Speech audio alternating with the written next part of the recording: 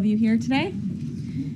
Before I discuss the ceasefire with Iran, I have a quick update from the First Lady of the United States. Yesterday marked the very first conviction under the Take It Down Act, landmark legislation that First Lady Melania Trump played an instrumental role in getting passed that protects victims from non-consensual AI-generated sexually explicit images, cyber stalking, and threats of violence. This is a huge achievement for the First Lady, and I know the President is very proud of his wife's efforts in getting this critical legislation passed to protect America's youth. So we thank the First Lady for her efforts, and we hope that others will report on this historic conviction yesterday. With respect to the 2-week ceasefire announced by President Trump last night, this is a victory for the United States of America that the President and our incredible military made happen. From the very beginning of Operation Epic Fury, President Trump stated this would be a 4 to 6 week military operation to dismantle the military threat posed by the radical Islamic Iranian regime. Thanks to the unbelievable capabilities of America's war fighters, the United States has achieved and exceeded those core military objectives in just 38 days. The U.S. military destroyed Iran's defense industrial base, crushing the regime's ability to manufacture weapons that they and their proxies use to maim and kill Americans and terrorize the world. Iran's ability to build and stockpile ballistic missiles and long-range drones has also been set back by years compared to where it was 6 weeks ago prior to the launch of Operation Epic Fury. We destroyed the vast majority of Iran's ballistic missiles, launcher vehicles, and long-range attack drones through more than 450 strikes on ballistic missiles and approximately 800 strikes on Iran's drone launching units and storage facilities. In total, more than 13,000 targets across Iran were struck. Again, this is in the matter of just 38 days. Meanwhile, the Iranian Navy was completely annihilated. The United States destroyed more than 150 naval vessels in total, including 16 entire classes of Iranian warships. Despite once being the largest undersea force in the Middle East, Iran now has 0 submarine vessels. 97% of Iran's once massive inventory of more than 5,000 naval mines has also been targeted and destroyed. Iran's air forces are functionally and operationally irrelevant at this point, after the United States maintained total air dominance over their country for weeks on end. To underscore the significance of this, before Operation Epic Fury, the Iranian Air Force would fly between 30 to 100 flights per day. Today, that number is 0. Iran's ability to fund and support its terrorist proxies has been greatly reduced. At this point, Iran can no longer distribute weapons to its proxies in the region. And most importantly, Iran will not be able to acquire nuclear weapons. Prior to the start of this successful operation, Iran was aggressively expanding its short-range ballistic missile arsenal. Through these weapons and its navy, Iran was attempting to build a military buildup around their country that would pose an imminent and existential threat to the United States military assets in the Middle East, our allies in the region, and ultimately the free world. Iran was pursuing this dangerous and aggressive strategy for one reason: to hold the entire world hostage to its terrorist ambitions.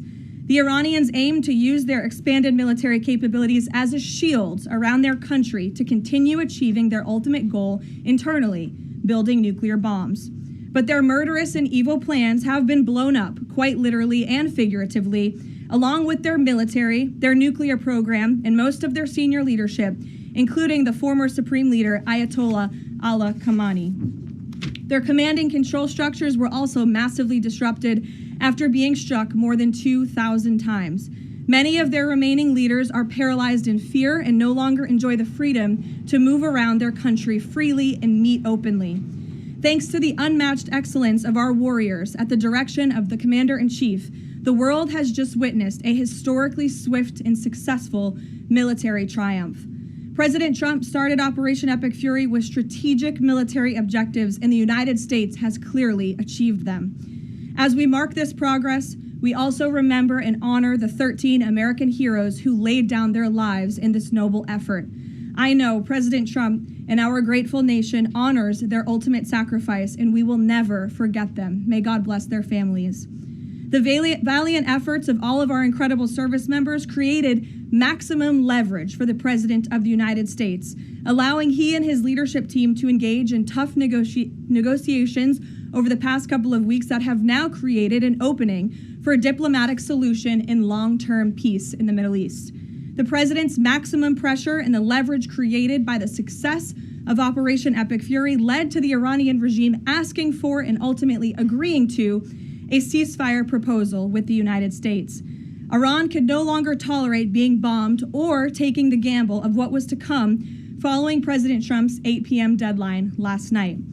Iran has agreed to open the Strait of Hormuz, and as the President said, we have received a proposal from the Iranians that has been determined to be a workable basis on which to negotiate. I've seen a lot of inaccurate coverage today from the media about these negotiations and these plans already. So let me be clear and correct the record.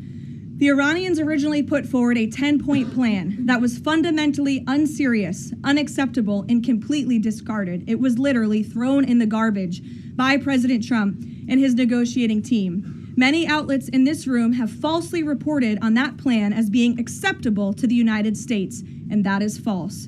With the president's deadline fast approaching and the United States military completely decimating Iran with each passing hour, the regime acknowledged reality to the negotiating team. They put forward a more reasonable and entirely different and condensed plan to the president and his team. President Trump and the team determined the new modified plan was a workable basis on which to negotiate and to align it with our own 15-point proposal.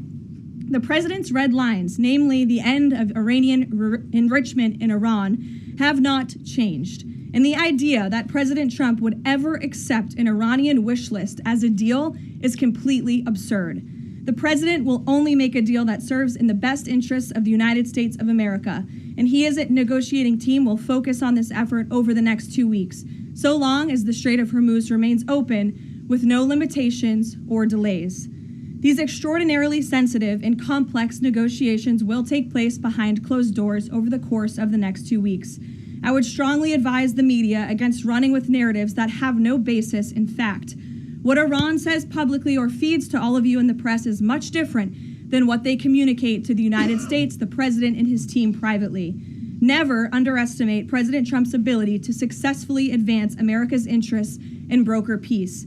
President Trump has a proven track record of achieving good deals on behalf of the United States and the American people, and he will only accept one that puts America first. With that, I will take your questions today. I'm sure you have a lot of them. In our new media seat, we have Shane Harris with the AMAC Newsline. Shane, thank you for being here. Why don't you kick us off? Yeah, thanks for having me, Caroline. 2 questions for you. First, following the president's announcement of the ceasefire, if this is indeed the end of hostilities in Iran, what is the president's message to the American people about what was achieved for our country through Operation Epic Fury? Sure. I think I just laid out a significant portion of that in my opening remarks. 6 weeks ago, the president looked the American people in the eye directly, and he told them that he launched this operation to take out the imminent threat that was posed by Iran. And that threat has now been greatly destroyed. Their Navy, their missiles, their defense industrial base, and their desire and their plan to build a nuclear bomb inside their country is no longer going to be allowed, can no longer happen, thanks to the remarkable success of Operation Epic Fury over the course of the last 38 days. That has been absolutely achieved, and now we're moving into the next phase of this, which is a negotiating period to put some fine points on this and to hopefully broker an agreement that can achieve long-term peace in the Middle East. Yeah, and then second, what is the president's message to American seniors who have a much higher voter participation rate and they're likely to be a key swing vote in the midterm elections? Well, the president loves our seniors across the country. And as you know, the president signed the One Big Beautiful Bill, the Working Families Tax Cut last year, which greatly reduced taxes on Social Security for our seniors. In fact, thanks to the Working Families Tax Cut, nearly 90% of seniors will no longer pay tax on their Social Security. That's a huge win for our seniors and also for our middle class and working families across the country with the no tax on tips provision and the no tax on overtime. Next week is tax week. You'll hear a lot from the president about how his policies have benefited the American people, and I'm proud to report that the president will be traveling next week to the great states of Nevada and Arizona to tout this historic accomplishment over the course of the next week. Thank you for being here, Shane. Gabe. Thank you. Caroline. Iranian state media is saying that Iran has now closed off the Strait of Hormuz today in response to Israeli attacks on Lebanon. What's the White House response to that? And you just listed many military successes. I understand that. But strategically, how is the administration arguing that Iran does not have more economic leverage than it did before the start of the war? Sure. Well, with respect to the first reporting out of Iranian state media, the president was made aware of those reports before I came to the podium. That is completely unacceptable. And again, this is a case of what they're saying publicly is different privately. We have seen an uptick of traffic in the Strait today, and I will reiterate the president's expectation and demand that the Strait of Hormuz is reopened immediately, quickly and safely. That is his expectation, and it has been relayed to him privately that is what's taking place, and these reports publicly are false. Caroline, the president yesterday threatened that a whole civilization would die if a ceasefire deal wasn't reached, understanding that Iranian leaders have previously said death to America. But why is it appropriate for the president of the United States to use that kind of language when talking about civilian targets? And was the president mocking Islam by signing off his True Social post over the weekend, praise be to Allah? Wouldn't that antagonize Muslim allies across the world? Well, I understand the questions about the president's rhetoric, but what the president cares most about is results. And in fact, his very tough rhetoric and his tough negotiating style is what has led to the result that you are all witnessing today. Iran publicly acknowledging last night that they have agreed or that they wanted this ceasefire with the United States because they no longer could tolerate being bombed by our very powerful and lethal military, and that they have committed to the reopening of the Strait of Hormuz, which the president will hold them accountable for, and it's something the administration is closely monitoring in real time. Danny. Should the world not take his word seriously? The world should take his word very seriously in understanding that the president is always most interested in results.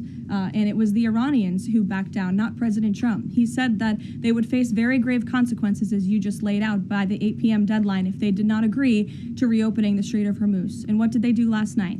They agreed to reopen the Strait of Hormuz. Danny. Thanks, Caroline. Would President Trump like to see Lebanon included in this peace deal? Because as you know, there have been increased Israeli strikes on Lebanon today with dozens of casualties there. Sure. Lebanon is not part of the ceasefire. That has been relayed to all parties involved in the ceasefire. As you know, Prime Minister Netanyahu put out a statement last night in support of the ceasefire, in support of the United States' efforts, and he's also assured the president they'll continue to be a helpful partner throughout the course of the next 2 weeks. Is there any thought, though, that the president might like to see Lebanon included at a future date, given that it seems to be causing or potentially undermining the Iran ceasefire? Again, this will continue to be discussed, I am sure, between the president and Prime Minister Netanyahu, the United States and Israel, and all of the parties involved. But at this point in time, they're not included in the ceasefire deal. Jeff. Thank you, Caroline. Will the U.S. take part in talks with Iran in Islamabad on Friday? I can announce that the president is dispatching his negotiating team, led by the Vice President of the United States, J.D. Vance, Special Envoy Witkoff, and Mr. Kushner to Islamabad for talks this weekend. The first round of those talks will take place on Saturday morning local time, and we know we look forward to those in-person meetings. What role does the president see for the U.S. in monitoring or helping with the Strait of Hormuz going forward? I think the president commented on that this morning. We're going to continue to monitor it very, very closely. We will be helpful in any way that we can, but we fully expect Iran to do this, and the president has made that quite clear as well. It's, again, as his statement said last night, this ceasefire is subject to the safe reopening of the Strait of Hormuz. Again, this was just determined last night. We understand things take time, but that's the president's expectation, and he will hold everyone to it. Sure, in the green blazer. Thank you, Caroline. Sure, and then in front of you. But Andrew, you can go ahead. All right. You're not wearing a green blazer. I am actually wearing a green blazer. It looks a little brown to me, but go ahead. Fair enough. Regarding the president's rhetoric, when the U.S. invaded Iraq in 2003, George W. Bush said in a message to the Iraqi people that the military campaign was directed, quote, against the lawless men who rule your country and not against you. Yesterday, the president threatened to destroy Iran's civilization, the entire civilization. Not the Iranian government, but the Iranian civilization, the Iranian people. The U.S. has been a moral leader for most of its history by fighting wars against other governments, not against civilizations. How can the president claim that America can ever have the moral high ground if he's threatening to destroy civilizations and not casting wars as fights against other governments? Andrew, I think you should take a look at the actions of this president over the course of the past 6 weeks and the actions of our brave men and women in our United States military who have taken out essentially taken out the military of a rogue Islamic regime that has chanted death to America for 47 years, that has killed and maimed thousands of American soldiers over the course of the last 5 decades. The president absolutely has the moral high ground over the Iranian terrorist regime, and for you to even suggest otherwise is frankly insulting. With all due respect, Caroline, Go ahead. with all due respect, Go ahead. there is...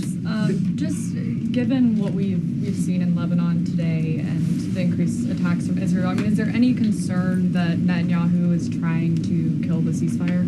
The president spoke with Prime Minister Netanyahu last night. And in that private conversation, Prime Minister Netanyahu relayed exactly what he said to the world publicly, that he supports the president and Israel remains a key ally and partner to the United States. They've been a tremendous partner over the course of the past 6 weeks, and we thank them for their heroic efforts as well. And the president had that conversation last night, and that was relayed to the world publicly as well. Reagan, go ahead. Caroline, I have a question for you on Iran, and I have a question on the Dignity Act as well. On Iran, it's been reported that the ceasefire was struck after the involvement of 2 unlikely factors, J.D. Vance and China. What role did those parties play in striking a deal? Well, Vice President Vance has played a very significant and a key role in this since the very beginning. Of course, he's the president's right-hand man. He is the vice president of the United States. He's been involved in all of these discussions, and as I just announced, he'll be leading this new phase of negotiations in Islamabad later this week. With respect to China, there were conversations that took place between top levels of our government and China's government. The president has great respect for President Xi and a great working relationship with him and with that country, and he looks forward to visiting China in just a few weeks. And on the Dignity Act, it's getting a fresh push through Congress. It would give some illegal immigrants in the country a path to citizenship. What's the White House's position on this legislation, and would the president sign it if it made it to his desk? Honestly, Reagan, I haven't spoken to the president about the legislation, but I will have that conversation, and we'll get you our formal position on it as soon as we can. You're welcome. Go ahead.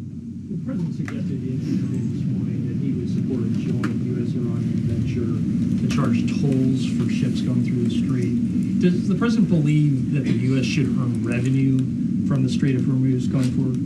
It's an idea the president has floated, as you know, and it's something that will continue to be discussed over the course of the next 2 weeks. But the immediate priority of the president is the reopening of the strait without any limitations, whether in the form of tolls or otherwise. On the highly enriched uranium, has Iran given the administration any indication that it would simply turn over the enriched uranium, or is this an expectation that the president has that he would have to send in ground troops in order to do that? This is on the top of the priority list for the president and his negotiating team as they head into this next round of discussions.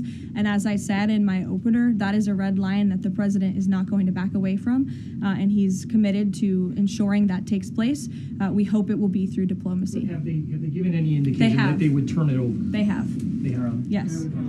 Trevor. The latest news out of Iran is that the air defenses have been activated in several cities, including Isfahan, and that explosions have been heard in Isfahan. Who is bombing Iran right now? Were those reports just as of a few minutes ago? Yeah. Okay, so obviously I'll have to go back and check with the national security team. I'm standing out here with all of you, but I will do that and we will get you an answer, okay? And just on the civilization question that we've been talking about. And I would just add to that point, again, I haven't seen these reports. I'm not verifying them. Not that I don't trust you, Trevor, but I want to go back and check with the experts here at the White House. I would just say, and I would echo what the vice president said this morning, this is a fragile truce. Ceasefires are fragile by nature. We've seen this with respect to the 12-day war with Iran and Israel last year. It takes time sometimes for these ceasefires to be fully effectuated. And one of the results of Operation Epic Fury was we completely dismantled Iran's command and control center, which makes it difficult for them to pass messages up and down the chain. And so we understand that. I would caution a little bit of patience, but of course we want to see the ceasefire effectuated and abided by all parties as quickly as possible. Thank you. And the American presidential administrations, going back to Ronald Reagan, have said this formulation about nuclear war, that a nuclear war cannot be won and must never be fought. Is that still the view of this administration, given the president's comments about civilization? I have no change in our view on that policy. Katie. Thanks, Caroline. I'm just, given the gravity of what he said yesterday, what was your understanding of what he meant when he said, civilization is going to be eliminated?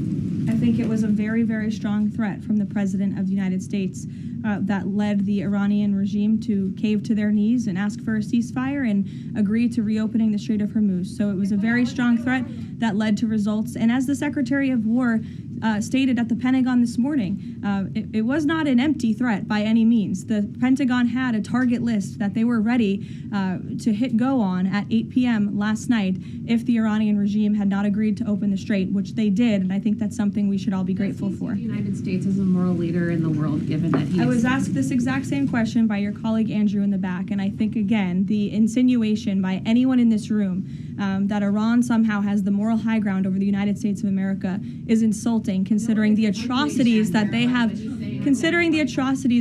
committed against our people and our military over the past 5 decades. John, go ahead. Thanks a lot, Caroline. 2 questions for you. One has to do with a statement, a joint statement put out this morning by some of America's European allies, our NATO allies. And in that joint statement, they said regarding the Strait of Hormuz, our governments will contribute to ensuring freedom of navigation in the Strait of Hormuz. What's the administration's reaction to that joint statement? Does that smooth things over when the president meets with NATO Secretary General a little bit later this afternoon? I have a direct quote from the President of the United States on NATO, and I will share it with all of you. They were tested and they failed. And I would add, it's quite sad that NATO turned their backs on the American people over the course of the last 6 weeks when it's the American people who have been funding their defense. As you know, President Trump will be meeting with Secretary Ruta in a couple of hours here at the White House, and I know he looks forward to having a very frank and candid conversation with him. And then secondly, in regards to this conflict, 38 days, as you pointed out, President Trump has said that there's been regime change. Has that regime change led to more freedoms for the Iranian people? I think that's a question that's being asked a little bit too early, John, and we hope that is the case, but it's something that has yet to be seen. Eamon. Caroline, on this question of tolling by the Iranians in the Strait of Hormuz, I've heard you talk about a number of red lines that the president has in this negotiation, but I haven't heard you say that Iranian tolling in the Strait of Hormuz is a red line. Would it be acceptable to the United States at the end of all this if the Iranians are able to charge tolls in the Strait of Hormuz? I think the president was very clear and simplistic in his language last night in his Truth Social post, where he said that this ceasefire is subject to the free, safe, and immediate reopening of the Strait of Hormuz. That's very plain language, and it should be taken at face value. You mean free of charge? Carrie, go ahead. Without limitation, including tolls, yes. Carrie. Quick follow-up on the Antoine. Why would the U.S. allow Iran to collect tolls in the Strait of Hormuz? That's not something that we've opposed for a number of years now. Again, that's not something we've said that we've definitively accepted. The joint venture is something that was proposed by the president, but he was very clear in his statement last night. He wants to see the strait reopened immediately without limitation, and that's something we're going to hold them to. Yes, second question. And friends in Iran. I myself am Iranian, and I've been talking to them through the blackout. One of my family members yesterday said goodbye to me. So what message should we be sending Iranians when they message me saying, what should they be doing right now? How should they stay safe? Because they really don't know what to do. I think the president's main priority, and my main priority as his spokeswoman, is to make sure that clear messages are sent to the American people, of course, which is my job today. With respect to the Iranian people, the president, has taken out the imminent threat that was posed by their military to the United States, to our allies in the region, to our forces in the region. And of course, as the president has long said, he hopes that Iran will be a country of peace, of prosperity, and we're moving into this next round of negotiations to hopefully come to an agreement with with this new regime that will create long-term stability in the Middle East. They have said that they should stay inside of their homes and also take back their country. So there's a contradiction there. So how do you address that? Again, we're moving into this next round of negotiations with the remnants of the regime and those that we are speaking with now to hopefully reach a place of peace long-term for the region, and that includes the Iranian people as well. In the blue, go ahead. Thank you, Caroline. The White House posted the statement from the Iranian government that passage in the Strait will be coordinated with Iran's armed forces. As of today, who controls the Strait of Hormuz? Again, these statements were put out 12 hours ago. We expect that the Strait will be opened immediately. As I've said earlier, we have seen an uptick in traffic in the Strait, and it's something that we are monitoring minute by minute, hour by hour as the days go on. Who controls the Strait right now?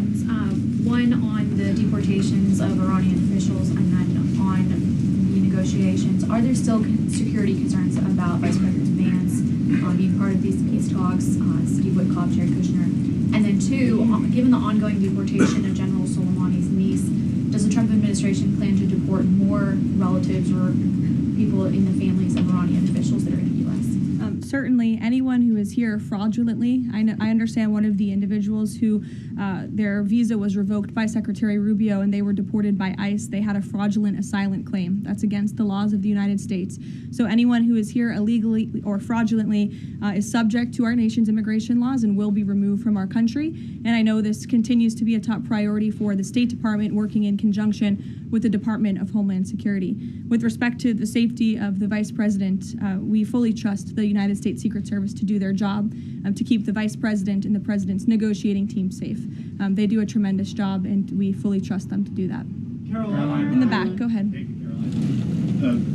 The President has said Cuba is next. What's the message to the American people regarding Cuba, and what can Cubans expect in relation to this statement? Well, look, I think when President Trump said that, and he later clarified after making that statement, that he meant the Cuban regime is bound to fall. Their country is very weak. They're in a very weak position economically, obviously, financially. The Cuban people are fed up with their government, as they should be. And these talks and discussions continue to happen at the highest level of our government. I don't have any updates or announcements for you with respect to Cuba policy today. Good to see you. Thank you, Caroline. Secretary Hegseth said this morning that U.S. troops would be sticking around. Can you expound upon that, what we should expect from U.S. troops in theater for the next 2 weeks and beyond?